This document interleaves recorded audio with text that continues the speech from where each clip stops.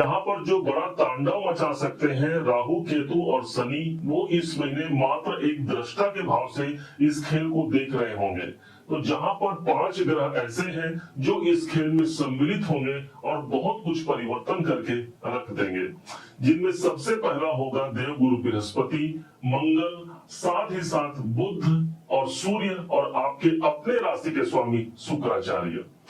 जानते हैं कि क्या होने वाला है, समझने का प्रयास करते हैं कि इस गोचर जो मैदान है इस पर ग्रह क्या काम करेंगे और क्या रिजल्ट तुला राशि को प्राप्त होने जा रहा है। ध्यान दीजिएगा, सबसे बड़े परिवर्तन के रूप में पूरे 12 साल बाद देवगुरु बृहस्पति का जो गोचर होने जा रहा है, ठीक आपके कैरियर के घर पर होने जा रहा है। 10वें भाव पर ये स्थित रहेंगे। अभी तक ये भाग्य भाव पर थे, अपने सम मित्र की राशि पर ये मौजूद थे, अब अपने परम मित्र चंद्रमा की राशि पर आकर के उच्च के हो जाएंगे। अर्थात कर्म क्षेत्र पर एक बड़ी सफलता के लिए इसी गुरु का हम इंतजार कर रहे थे, जो हमको 10वें भाव पर देखने को मिलेगा, हमारे कैरियर के भाव पर, और वो भी 18 अक्टूबर से लेकर के 5 दिसंबर तक सबसे ज्यादा प्रभावी रहेगा। माना जाता है गुरुदेव जिस स्थान पर होते हैं उस स्थान पर बढ़ोतरी करते हैं, तो उस हिसाब से हमारे कैरियर के बढ़ोतरी के लिए एक सबसे बड़ा वरदान ही इसे कहा जाएगा। कर्म क्षेत्र पर कोई पोजीशन चाहिए, कोई पदोन्नति चाहिए, कोई इंक्रीमेंट का अवसर यदि हम तलाश कर रहे हैं, तो गुरु का ये गोचर हमारे लिए वरदान से कम नहीं होगा। तो दूसरे तरफ यहीं पर देवगुरु बृहस्पति की जो दृष्टि पड़ रही है वो कहीं और नहीं, इनकी जो 5वीं दृष्टि पड़ेगी वो सीधे हमारे धन के भाव पर पड़ेगी। माना जाता है गुरु की दृष्टि, पंचम दृष्टि जिस भाव पर पड़ेगी वो स्थान गंगा जल के समान पवित्र हो जाता है। अर्थात जो धन से जुड़े हुए जो प्रॉब्लम हम फेस कर रहे हैं, उन आर्थिक परेशानियों से ये हमको मुक्ति देते हैं। कोई कौटुंबिक परेशानी है अपने परिवार कुटुंब को लेकर के, तो वहां पर भी एक नियमित एक स्थायित्व की भावना आती है और वहां पर भी एक पॉजिटिव सिचुएशन देवगुरु बृहस्पति के माध्यम से निकलकर सामने आता है। अब एक विशेष बात समझिए, गुरु की दृष्टि स्वयं आ रही है आपके नौकरी के घर पर, आपके जॉब के घर पर। ये वो स्थान है जिस घर के ये मालिक स्वयं बनते हैं, अर्थात गुरुदेव अपने स्वयं के घर को देख रहे हैं। इसलिए नौकरी में यदि हम शुभ एक परिवर्तन चाहते हैं या एक पॉजिटिविटी चाहते हैं, इस गुरु के पास विद्यमान रहेगा। स्वयं 6ठे भाव पर है, अर्थात हम रोग ऋण शत्रु से मुक्त हो पाते हैं। ये वास्तव में 6ठा भाव प्राप्तियों का होता है, अर्थात अब प्राप्ति करने का अवसर मौजूद रहेगा। विशेष बात यह हो जाती है कि शनि के ऊपर इनकी दृष्टि रहेगी। शनि डिले है, शनि विलंब है, तो अब जो हमारे कैरियर को लेकर के, हमारे मेहनत को लेकर के यदि कोई विलंब की स्थिति बन रही है, उसका कोई पॉजिटिव परिणाम निकल के सामने नहीं आ रहा है, तो गुरु का ये गोचर हमारे लिए एक पॉजिटिव गोचर होगा, एक वरदान स्वरूप इस गोचर को आप मान सकते हैं। अब आते हैं दूसरे प्रभाव पर। जो बड़ा खेल खेलेंगे वो खेलेंगे मंगल। इनका प्रभाव आ जाएगा मात्र इस महीने के 27 अक्टूबर को। 27 अक्टूबर को यही मंगल 7 दिसंबर तक अपने धन भाव पर ही उपस्थित रहेंगे।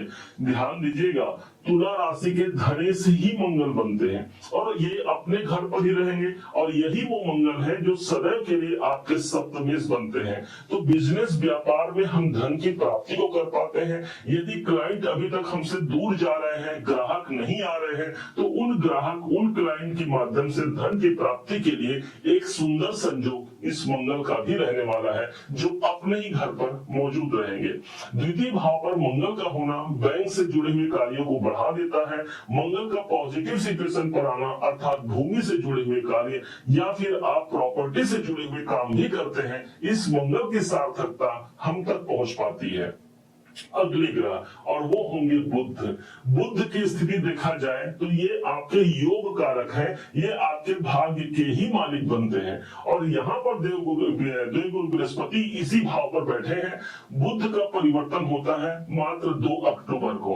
2 अक्टूबर से 24 अक्टूबर तक ये स्वयं आपके 12वें घर को छोड़ करके अपने परम मित्र शुक्र की तुला राशि पर प्रवेश कर जाएंगे। बुध आगे आ गए, इसलिए हमारे ऊपर ही हमारा भाग्य का स्वामी रहेगा। भाग्य उन्नति के लिए एक पॉजिटिव सिचुएशन हो गया, पिताजी से या बॉस से जुड़ करके काम करने के लिए पॉजिटिव सिचुएशन हो गया, उनको लेकर के यदि कोई परेशानी थी उस परेशानियों का अंत होता है। एक पॉजिटिव गोचर बुध का भी आपके लिए रहेगा।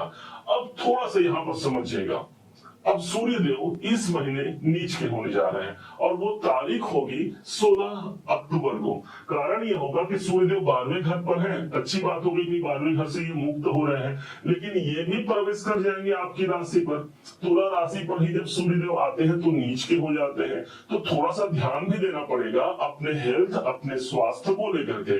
लेकिन इसके दूसरी तरफ देखिए, यही सूर्य हमारे लाभेश हैं। अब लाभ भाव के स्वामी उठ करके हमारे अपने राशि पर आ रहे हैं, चूंकि नीच के रहेंगे, इसलिए किसी कार्य की प्राप्ति के लिए थोड़ा अधिक मेहनत करना पड़ सकता है, लेकिन ऐसा हो ही नहीं सकता कि उस लाभ तक हम ना पहुंच पाए, क्योंकि जब भी हमारे लाभेश हमारे अपनी राशि पर रहेंगे, उस लाभ तक पहुंचाने की हमको प्रेरणा देंगे, हमको वहां पर तक पहुंचने के लिए हमको हमारे अंदर वो जिज्ञासा प्रदान करेंगे। हालांकि सूर्य का नीच का होना, स्वास्थ्य में ध्यान जरूर रखेंगे। अब दूसरी तरफ शुक्राचार्य भी हमको नीच के मिलेंगे और यह तारीख होगी 9 अक्टूबर को। स्वयं आपके अपने राशि के स्वामी 9 अक्टूबर को नीच के हो जाएंगे। लेकिन ध्यान दीजिएगा, ये स्थान भी जहां ये इनका प्रभाव आ रहा है, ये 12वें घर पर शुक्राचार्य जी रहेंगे। इसलिए जो लोग इन्वेस्टमेंट करना चाहते हैं उनके लिए अच्छा हो गया, विदेश से जुड़े हुए कार्यों को पूरा करना चाहते हैं अच्छा हो गया। लेकिन 12वां घर हमारा चिकित्सालय भी है, इसलिए किसी कारण से हमको वहां से बचना होगा, अर्थात यहाँ पर भी निकल के आता है अपने हेल्थ पर ध्यान देने की आवश्यकता रहेगी। हालांकि एक अच्छी बात यह हो गई कि शुक्रदेव भले ही यहाँ नीच के रहेंगे, लेकिन स्वयं आपके अपने राशि पर ही मंगल जैसा ग्रह विद्यमान रहेगा और साथ में बुध भी यहाँ इसी भाव पर मौजूद रहेंगे। इसलिए उसे मेकअप करने के लिए मंगल और बुध एक पर्याप्त है, जो हमको बाधा डिप्रेशन से बाहर निकल करके हमारे स्वास्थ्य को भी एक उत्तमता की गति को प्रदान करते रहेंगे। उपाय के रूप में भगवान सूर्य को जल अर्पण करना इस महीने खासकर 16 तारीख के बाद मत भूलिएगा। हमेशा के लिए भगवान सूर्य को सम्मान करना, उनका प्रणाम करना आपके लाभ की ही वृद्धि करेगा, आपकी कामनाओं की पूर्ति कराएगा। क्योंकि शुक्र भी नीच के हो रहे हैं, इसलिए हमको ये भी ध्यान देना होगा कि हम इस महीने माता लक्ष्मी जी की आराधना करें, माँ भगवती की आराधना करें, लाल पुष्प उनको अर्पण करें और जब आप स्नान करने जाएं, नहाने जाएं, तो कुछ बूंदे इत्रों का डाल करके, इत्र डाल करके हमको स्नान करने की आवश्यकता रहेगी। दाम्पत्य जीवन को मधुर बना करके रखिएगा। दाम्पत्य जीवन की मधुरता से शुक्र हमारा मजबूत होता है। फलस्वरूप शुक्र का दूसरा नाम ही आर्थिक प्रगति है। उस आर्थिक प्रगति तक हम पहुंच पाते हैं। उम्मीद है आप सबने इसे समझा, आप सबने इसे जाना है। यदि आपने इसे समझा है, जाना है, मेरे समझाने का प्रयास यदि आपको सार्थक लगा हो, मेरे समझाने का तरीका यदि आपको सार्थक लगा हो, तो हर बार की भांति इस बार भी अपना प्यार भरा लाइक और कमेंट करना कभी मत भूलिएगा। और हाँ, यदि अभी तक आपने चैनल को सब्सक्राइब नहीं किया है, सब्सक्राइब जरूर कीजिएगा। पुनः एक बार फिर आप सभी का दिवस बहुत मंगलमय हो, इन्हीं शुभकामनाओं के साथ। जय श्री राम।